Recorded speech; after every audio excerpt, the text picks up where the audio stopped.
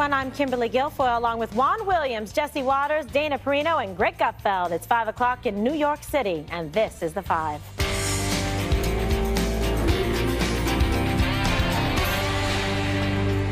We begin with big breaking news. It's official. Kanye West turning Hollywood and the liberal music world upside down, pledging his full-throated support and love for President Trump. The rapper tweeting, "You don't have to agree with Trump, but the mob can't make me not love him. We are both dragon energy. He is my brother. I love everyone. I don't agree with everything anyone does. That's what makes us individuals, and we have the right to independent thought." He also tweeted a selfie and a MAGA hat. Well, as you can imagine, his support is appreciated by the president. Trump responding to the rapper on Twitter, writing, "Thank you, Kanye. Very cool." Sarah Sanders was even asked about it at the press briefing today. Seriously. Kanye West has been in the news lately for supporting the president and expressing his admiration for the president. Covering all range of topics today. I'm curious whether the president has reached out to Kanye West and whether he'd be willing to meet with him at the White House. I don't know of any conversation that they've had over the last week or so. I'll keep you posted if that changes anytime. Matthew? 2 weeks. Sorry, I know they met during the transition. That's the only meeting I'm aware of that's taken place or conversation before everybody has a meltdown. And that's what we said on the show yesterday at over at Trump Tower. Transition time, but needless to say, the internet freaking out over this with comments like, "I never needed a photo of Kanye with a MAGA hat on, and I still don't." And then Donald Trump and Kanye speaking over Twitter, "Welcome to 2018. So, does everyone believe this is legit, or is this the ultimate trolling going on? Greg, you have some answers, not all of them. I know that this is actually a bigger deal than just what's happening on Twitter. It's a big deal because what you're seeing is a collapsing of a world of conventional assumptions where people are supposed to stay in their boxes. And if you get out of your box, there is generally an online mob that will come after you for your political beliefs or any beliefs. And what he's doing right now, which is kind of inspirational, and I actually do think it's a fairly big deal. It's bigger than the Roseanne thing. This guy has 18 million followers, and they watch E! And Bravo. This is a world that, it's a different world that he's reaching out to, and it's kind of heroic when I know personally musicians and actors and just regular people who are punished for offering a counter-narrative, any kind of counter-narrative, and he's basically standing up and he's saying, "I'll take the slings and arrows. I'm okay with it. I'm big enough." I returned to the Candace Owen thing when he defended her. He was supporting her not for ideas, but for her guts. And he was still targeted, which shows that there is a mob out there that wants to silence you if you leave your box. And what he's doing, and what a lot of people are doing, classical liberals from the Dave Rubins and the Sam Harrises and the Joe Rogans in the podcast world, they are leaving their boxes. And they're daring people to come with them. People are leaving the intellectual conformity, and he's celebrating it. The tweets are a celebration, I think. All right, well, fantastic. So, Dana, welcome back. Thanks. Yes, you guys are going to have to catch me up on this story. There's a family called the Kardashians. Okay. Like, what has happened to the Five in the last 3 days when I haven't been here? I think... Look, I have got a personal feeling about Kanye West, and what he said about George W. Bush during Katrina was outrageous, and maybe he wouldn't say that again today. But it was a terrible thing to do to somebody. And actually, what would have been really brave would have been going after the real culprits, as in the local and state government that did not help the African-American people of New Orleans. Absolutely. And so I'll just leave that there. I also think, in addition to all the things that Greg said, I think it's a great way to get publicity before your album comes out. No, 100%. So that's I'm not saying that it's not real or not genuine. I think it can be both. That the timing could be, sure. auspicious. I don't think he needs publicity for his albums. Yeah. I have no They idea. sell pretty well on their own. Jesse, also welcome back. You guys did a you. great job yesterday. Thank you. That organization. Nice apron. Yes. Thank you very much. So, all right, so what do you make of this? You know, because it's true. He was there. We showed the footage yesterday in the beginning part of the show that he was at Trump Tower. He was at Transition. He was expressive then, welcoming a meeting with the president, and felt like he was, at the time, candidate Trump, but, you know, felt that he was listening to his voice, wanted to talk and do outreach. There's nothing wrong with that. So what is this, an extension of it, or is there something else going on, or combination? I'm not as cynical as Dana. You know, I'm a little more hopeful for Kanye. I think Kanye's matured since he said what he said about George W. Bush and Katrina, and I think he would agree now. The new loving Kanye would look back on that and probably not like that, because he also said he loves Hillary. And I think he's trying to lean forward with love and not say, you know, if I like this person, it doesn't mean I hate their opponent. And I can't say it any better than Greg Gutfeld just said it. I think that was perfect. I think you can't underestimate what's going on here culturally and politically. And he's shattering the paradigm of us against them, of the tribes. We're all against each other. We hate each other. And it's a new phenomenon because people have not really expressed themselves like this. You've never seen someone at this level of a celebrity shock and awe the public to such an extent where people are going, what is happening? He must be mentally ill. Yeah, that's what he they're has saying. said something that has blown people's minds. They actually think he needs to see a doctor. And remember, that's what they said about Trump because he's got so much dragon blood or whatever. He sounds like Charlie Sheen. You know, Dragon energy. once in a while, people come along and they break the mold. Kanye's one of them. Donald Trump is one of them. He breaks the conventional wisdom. And They're both it's really entrepreneurs and refreshing businessmen to as hear. well. Yes, and let's also remember, Black Americans, not all of them, Black Americans liked Donald Trump before he became a politician. You've seen pictures of him. He was, you know, in the boxing game. He was out, you know, at nighttime taking lots of pictures with other celebrities. And people admired his entrepreneurship, his flashiness, his style and his wealth, and the women that he hung around with. And things changed when he became political, but he was admired for that by a lot of people in different communities. And now the fact that he's come out and, you know, he's said some things that have angered people in the Black community. Yeah. That doesn't mean you can't change as a person. Doesn't mean, you know, you have to leave that person. Sure. But I think Trump has matured just as much as Yes, Kanye. and by that you mean the wonderful, you know, wives that he has had. Yeah. Yeah. No, that are, oh my God, Ivana, Melania. I mean, he's a staple Marla. in, you know, New York society Nice. for many, many years. Yes, all right. Okay, so Juan, have you recovered from Jesse? I'm trying my best. But I think this is such a superficial conversation because I think Kanye West is the same guy that, as Dana said, was insulting Republicans a minute ago in a way that I thought was unfair. And now he comes back, and I guess there's always going to be a market for people who say, well, oh, but now he likes Trump, so we're going to rally to Kanye. Well, look, even his wife said, hey, Kanye, you don't agree with all of his policies. And then Kanye West said, yeah, that's true, but it doesn't matter because I also like Hillary, but it doesn't matter that I like somebody's policies. He's got the dragon energy or the drag whatever. And, you know, it's just so silly at a time when in America we've got, like, you know, Black women on a golf course in Pennsylvania being the police called to get them off, or the Starbucks situation, or the young man who was shot in his grandmother's backyard in Sacramento. And instead of focusing on, like, real issues impacting race in our country, we're focusing on Kanye West, who says it's not about anything of substance. It's just all of a sudden, with a record coming out, he likes Donald Trump. So I guess all the Donald Trump folks now will go buy Kanye West records. But I mean, that's the kind of response that Kanye expects, which Right. is to dismiss his beliefs.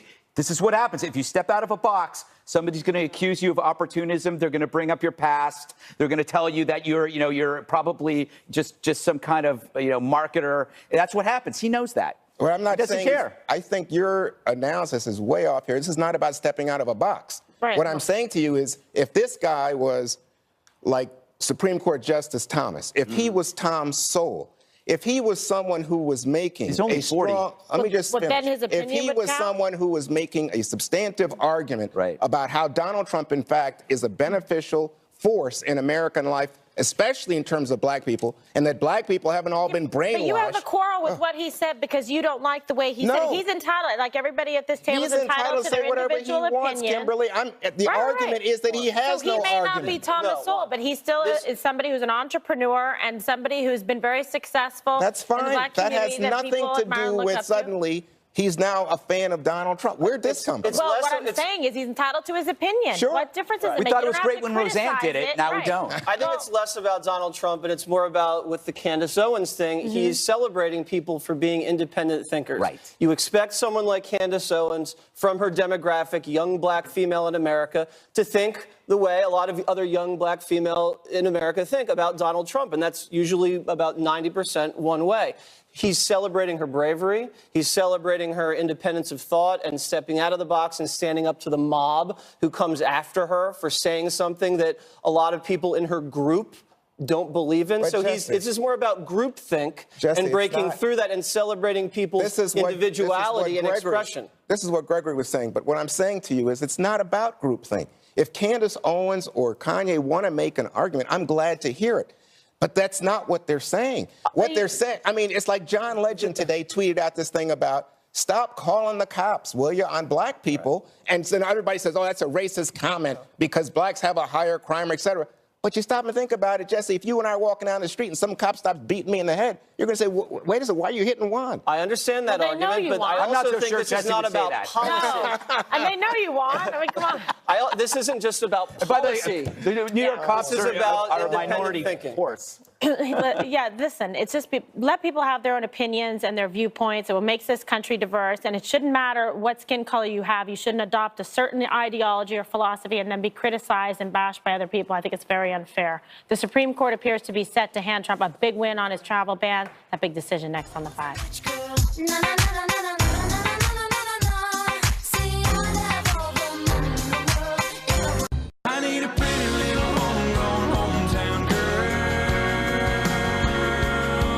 Welcome back. A constitutional challenge to President Trump's travel ban now in the hands of the Supreme Court. The justices hearing arguments today on the third version of the president's restrictions. The first was blocked by lower courts and withdrawn. The second was allowed to take partial effect but expected to expire in September. The administration appears likely to win this case with a conservative majority on the high court. Here were some arguments on both sides. Where does a president get the authority to do more than Congress has already decided is adequate? If you look at what was done, it does not look at all like a Muslim ban. There are other justifications that jump out as to why these particular countries were put on the list. Kimberly, it sounded like they were getting to the nub of the issue, especially in terms of the war powers or the presidential powers, but also this issue that it doesn't look very targeted if only 8% of Muslims in the world would be targeted under this particular ban. So Right. Kennedy looks like he's going to be the swing vote. Yeah, Nobody knows. I think that people are spinning it on both sides, obviously, as they're wont to do in terms of their different ideological differences. But I don't think this is actually a problem at all for the president and for his policies. I actually think he has a very good opportunity and chance here to prevail on the merits because of the way that it was tailored and the redrafting and the way that they posited it, that actually this is something that could go through. That it isn't onerous, that it isn't, that it doesn't discriminate, and that it is reasonable, and it also is in keeping with national security interests and the president's right and accord to be able to oversee that and put in steps that he thinks are important for public safety and national security. Well, and I think it's important for people to remember that the original travel ban that got all the attention and all the protests, it was withdrawn, and then a more targeted, narrow one was put in its place, and that's what they're arguing about today. In fact, this is the third version, I believe. And so you've got this now, what are we, 14 months or so into the administration since the first one was put in place. And in this one, you also have North Korea and Venezuela included, I think purposely to signal that this is not about a Muslim ban, this is about national security. Well, maybe because that is an actual interest and versus prophylactic. Okay, and so, but the counter argument that came from the former acting Solicitor General, Neil Keitel, today, when he was arguing, was that the administration has not demonstrated exactly how the people from these countries would be a threat to our national security. And that, in fact, he believes that the travel ban is generated by the president's animus towards Muslims. Now, it was interesting because then Elena Kagan, a liberal Supreme Court justice, said, oh, well, so what happens, she says to Noel Francisco, who was the Solicitor General arguing for the administration, what if we had a president who didn't like Jews and said, hey, we don't want anybody from Israel coming in here? And they said, well, you have to justify it. Yeah, well, have you justified it? Well, there was a lot of laughter because she said, well, this is hypothetical out of the box. And then everybody said, yeah, well, we got a hypothetical, non-hypothetical, out-of-the-box president in Donald Trump. So everybody laughs. But I think this is not about the powers, because if it's about the powers, and I think that the conservative majority on the court is going to rule this way, if it's just about the powers, the president has the power over immigration. But in the case of this president, there's the question about religious freedom and anti-Muslim sentiment generating this ban. But, Jesse, is it a dangerous precedent to look at what anybody might say on a campaign trail versus what they actually do as president? Yeah, the Twitter clause. I don't know if you can use that. And he did muddy the waters with the tweets and some of the rhetoric. But like you said, on the merits, I mean, it's clear here. The president has broad authority to restrict alien coming into the country that he believes, or she believes, if it's Hillary, would be detrimental to the interests of the United States. That's clear. I mean, it should be an open and shut case on the merits, Kimberly, but, you know, they're trying to say that he's a bigot, and that's not going to fly. They want to try to put what's in his heart, or what he thinks that imply that, like, oh, this is a guy, he implied that he has bad motives or intentions or wants to be prejudiced, but there isn't evidence to support that. Right. Yeah, there is. The tweets that Jesse and the speech, the remarks he made on the campaign trail. Right, but they're not going to judge those within this context. I don't think that's going to work. And there have been people from some of these countries that have done harm to Americans. The guy on the Ohio State campus, I mean, he was from Somalia and rammed 11 people with his car. There was a person from, another person from Somalia that did a lot of damage. Remember the mall slasher, too? He cut up a bunch of people. He was from, I think, Sudan. So it's not like these countries are innocent countries. The president's looking at these countries. There's chaos there. There's no authority there to regulate who's leaving, who's coming, and you just want to be able to trust that process and keep Americans safe. That's what I was going to ask to Greg, which is, like, especially if you look at Venezuela, we don't talk about Venezuela enough. Yeah. That is a country, it is a failed country, and of course, and there is Islamic influence happening in that country. So, like, to me, this makes sense. What do you think? I agree. I mean, it goes back to what Jesse said. It's about lack of infrastructure and lack of process, so we have to actually supply it ourselves. All of these issues have in common, and to that end, into the southern region, these are long-term considerations based on the ban and the border. These are long-term considerations based on the survival of a country, national security issues. And Trump has decided to become the bad guy and deal with it now. Bad dad. Yeah, he's the bad dad. He's like, he wants, he's looking at a more secure border. He's worried about the marriage of technology and terror, which is why you're looking at countries that have a lack of infrastructure, which can be taken advantage of. Yep. So what Trump is actually doing is he's saying, he's choosing all these battles that are long-term, battles that in the short term he's just going to get a lot of grief for. He's going to be seen as the mean dad. But he's willing to change things, though. If the court does rule in his favor and you have a Supreme Court decision, then basically then it's over. Okay, coming up, the White House still standing behind VA nominee Ronny Jackson today, despite a storm over alleged misconduct in his past. Next. But you can't get back. Once you let it go, then you know what you have. Don't hold a candle to what you have. The White House dismissing an onslaught of questions today about the conduct of President Trump's VA Secretary nominee, Dr. Ronny Jackson. Earlier, Sarah Sanders said Jackson's record has been impeccable, and he's received more vetting than most nominees. The president met with his pick at the White House yesterday after his confirmation hearing was postponed and said he would withdraw from consideration if he were in his shoes. He's a fine man. I'll always stand behind him. I'd let it be his choice. But here's a man who has just been an extraordinary person. His family, extraordinary success, great doctor, great everything. And he has to listen to the abuse that he has to. I wouldn't, if I were him, actually, in many ways, I'd love to be him. But the fact is, I wouldn't do it. I wouldn't do it. Some senators are saying this isn't about politics, but legitimate concerns. 20-some people who got a hold of us and said, we've got a problem, this doctor has a problem, because he hands out prescriptions like candy. In fact, in the White House, they call him the candy man. Jackson just spoke to reporters and said he doesn't know where these allegations are coming from and says he is going forward with the nomination. So we just got a whole rundown here of the allegations about Jackson. And Dana, one of the things about Candyman was that he was on Air Force One. He's handing out Ambien and things like that.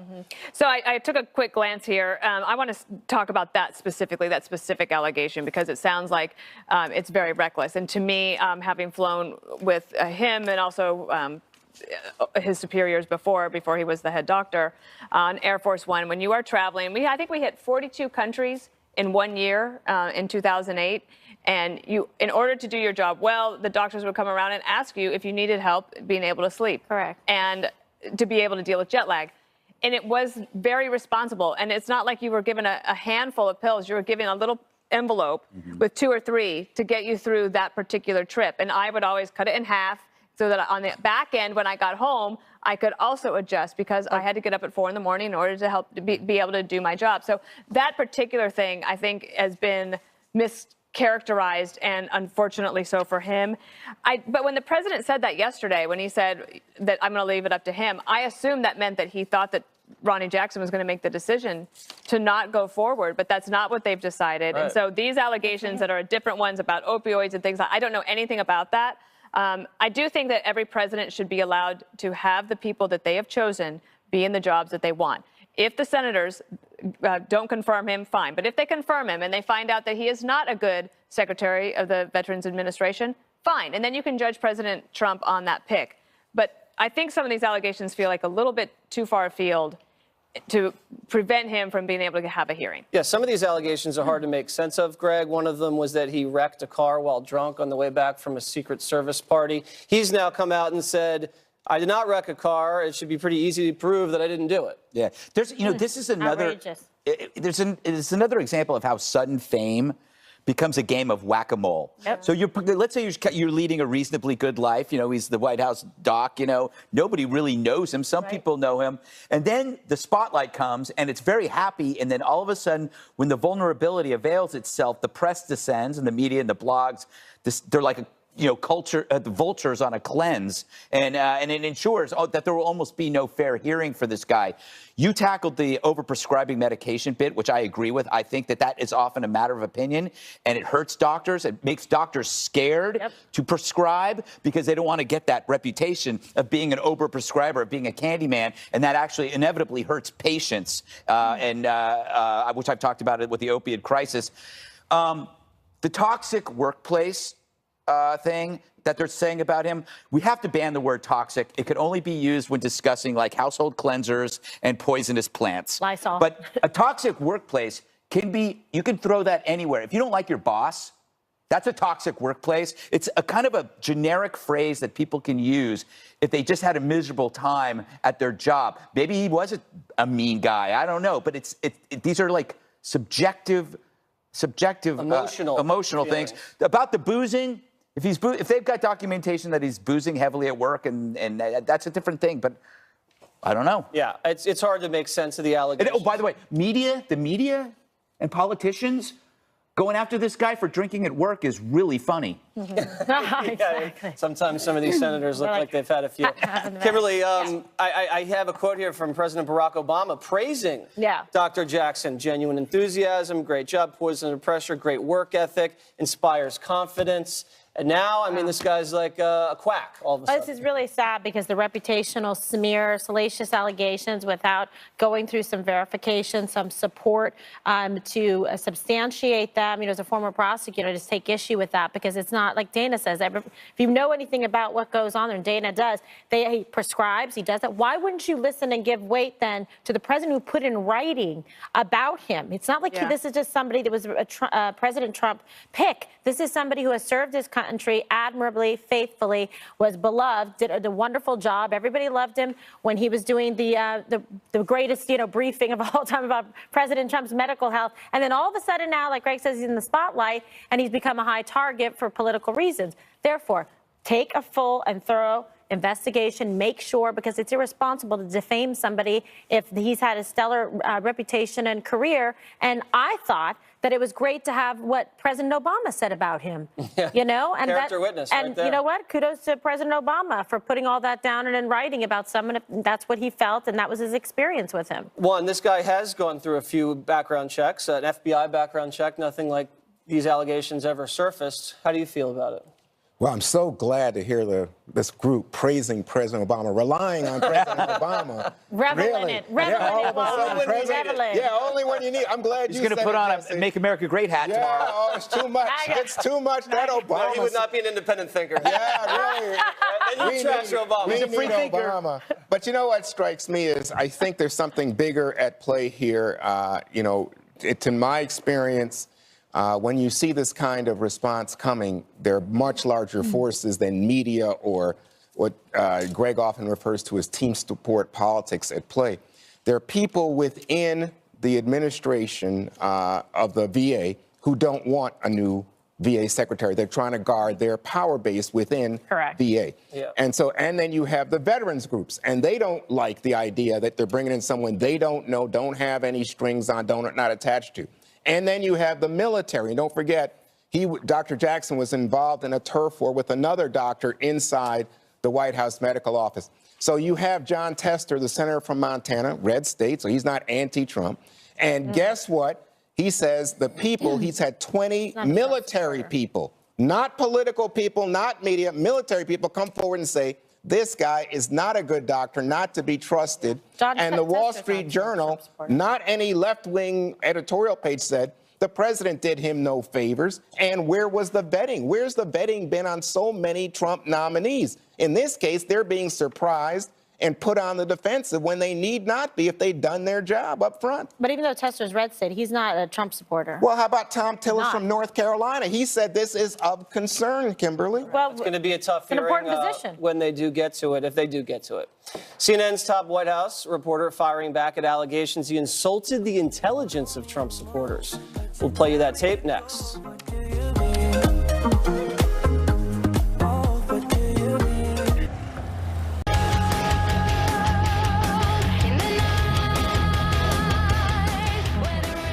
Real music. Variety magazine did a big feature on CNN's chief White House correspondent, Jim Acosta, along with other colleagues. In it, Acosta says Americans are too clueless to see that Trump's feisty bond with the press is fake, and that Trump's act will only encourage violence on people like Jim. Hence these solemn pictures, which make Jim look like hunted prey. They seem to say, here I am, out here risking my life for you to battle the great Satan Trump. Here's what he said.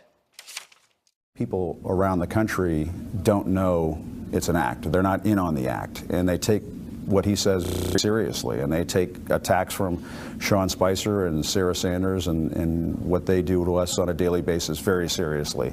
They don't have all their faculties in some cases. Their elevator might not hit all floors. My concern is that that a journalist is going to be hurt one of these days.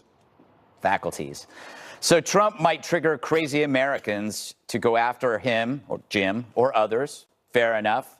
Jim, feels a little like projection. You seem kind of angry yourself. Could you be a hazard to the American public? I wouldn't cut you off in traffic. Anyway, while it's true unstable people do exist, Jim misses the point that we all get. Trump creates chaos and friction from which to negotiate. He knows that he's outgunned by the media. They have all the ink. Plus, there's the bias that drips with disdainful superiority, what Jim reflects daily. So this act is something everyone wishes they could do to correct the imbalance.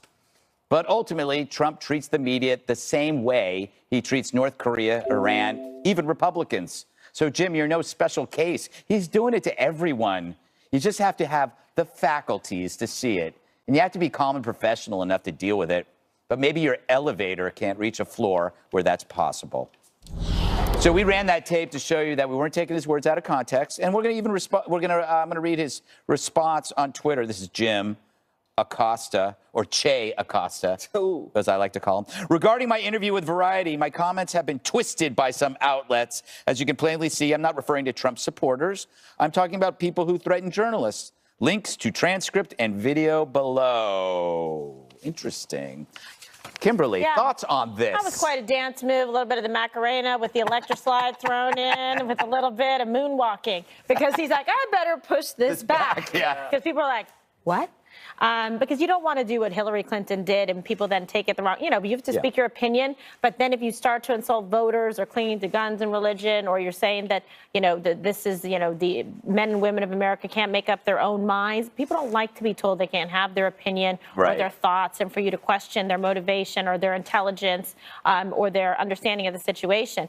Now, that being said, I like the way that was shot. It was set up nice from a production standpoint. It was almost like, okay, what is this? The news and the Bold and the Beautiful, whatever, I don't know. Yeah. It's kind of dreamy or something. I don't know what it was. Dreamscape? I enjoyed it. Looked like our promo. Yeah, a little bit. It was. Same people well did done. it. So, Juan, I get the point about external threats by unstable weirdos. We all face that, but, he's not in Vietnam.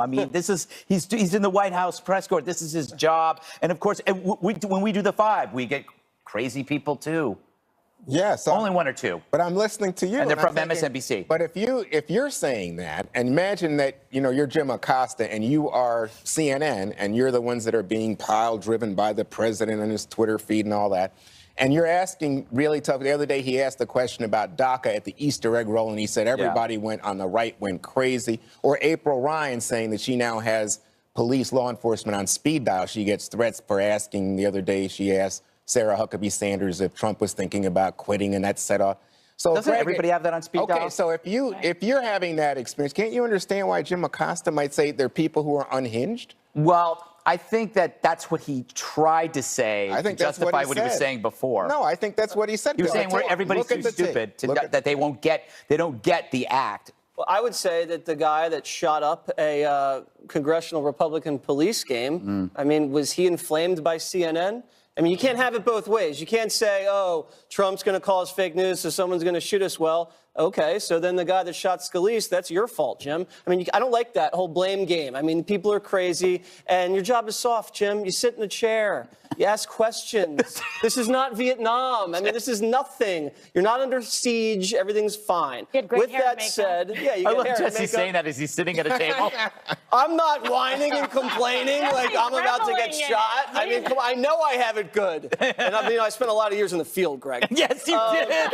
Water's worth. And cutting tape at and cutting tape in the basement. But just to be fair to Jim, we got him in the basement. We'll look at the transcript. We can make up our own minds. But if there was a Fox News White House correspondent and he was berating Barack Obama and he was hostile and he was partisan and he was a little rude, he'd be celebrated by a lot of people in this country, but he would not get Variety magazine write-ups. Let's be honest about it. No one will ever do that to me, Dana. It does seem like he's unhappy when he's there, and it's just it's like it might be a bit of a projection.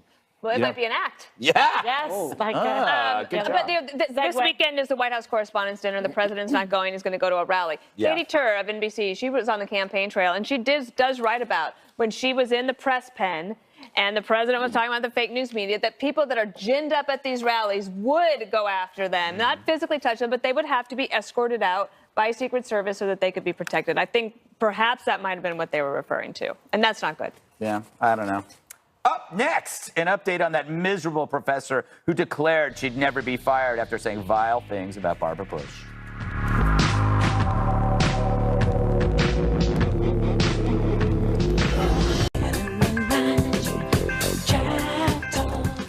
We told you on Friday about Fresno State professor Randa Jarrar, who said terrible things about Barbara Bush on social media after Mrs. Bush's death. She expressed joy, in fact, that she had passed. Jarrar taunted outrage critics, saying she'd never be fired for it because she had tenure. Well, guess what? Turned out she was right. The school did a review, and President Joseph Castro put out a statement admonishing her comments. But he says, quote, "We have concluded that Professor Jarrar did not violate any CSU or university policies, and that she was acting in a private capacity and speaking about a public matter on her personal Twitter account. This private action is an issue of free speech and not related to her job or tenure. Therefore, the university does not have justification to support taking any disciplinary action." What do you make of it? Listen, I'm for freedom of speech. People have to speak their mind. It is a consistent theme throughout this show. However, I think that this was done in incredibly poor taste. That's my opinion. I would never do something like this. I think it's inappropriate. I think it's vile to somebody who is so respected and beloved and is, a woman who lived to a great age, whose life impacted so many of us in the country and internationally, represented our country beautifully. And to besmirch her and speak about her in this despicable way, I have no bid for it or time for it whatsoever. I agree. I think there's a matter of respect and values. But on the other hand, Jesse, did you expect that she was going to be fired, that this was a violation of her rights as a tenured professor? Well, no. Remember Ward Churchill, he said the people died on 9/11 were little Nazis. That's not what got him fired. What got him fired, they did an investigation after those comments, and they found a whole history of plagiarism and academic fraud. Right. That's what got him fired. So you can have freedom of speech in this country, and you're free to be a vile person. But I don't think this rises to the level. She's a nasty individual, and I hope people don't take her classes. Yeah, well, in fact, I saw that some people said their kids aren't going to apply to go there. So maybe that'll impact the I think that will. So Dana, the professor, Gerard, did an interview with New York Magazine. Of course she did. And in the interview, she said that it was important that people not forget the history of some of the things that Barbara Bush had said, especially comments after Hurricane Katrina and the like. What do you make of this? I make it that she is not the sliver of a woman that Barbara Bush was. And she has the right to say it. She has the right to believe what she has to believe. And I have a right to believe she is abhorrent. Exactly. And I guess I'll leave it at that. No, because you knew Barbara Bush. I did. And then Barbara Bush would say the same thing. She's got a right to say. That's why we loved Barbara Bush. Barbara Bush would be the first one to say, knock yourself out, sister. You want to believe that? Bless your heart. Yeah, bless your heart. Absolutely. So, and come back with something pithy and witty about her. And something Greg, about that I know rose you in her value differences of opinion. Does this fall into that category? Of course. I said I didn't want her to be fired. I was more interested in the whole idea of tenure, which is proof that it's often for losers, because tenure allows people not to actually have to be any good. And she also has more rights than the students because she has tenure. She's protected. But this is a very sick, sad, lonely woman who finds comfort in other people's sorrow. So you can bet whatever punishment that you could dream of for her can't be worse than her own life. Because living in that person's skin has to be just everyday self-loathing. And Barbara Bush will accomplish more no longer living than this idiot will in her lifetime. I hope she goes on Tucker. Do you know that tenure is the safe space for the professor? Yeah, it's a safe space for professors. You can say whatever. You're safe. You can say whatever you want. Yeah. And the students don't want to hear any of it. Yeah. Well, Tucker would have fun, right? I think she's on Tucker tonight. I think tenure is supposed to be about expanding our base of knowledge, not protecting ugly speech. But that's not how they use it. That's not the way we're. All right. But guess what? We have rainy day fun. One more thing is up next. We're going on the rain.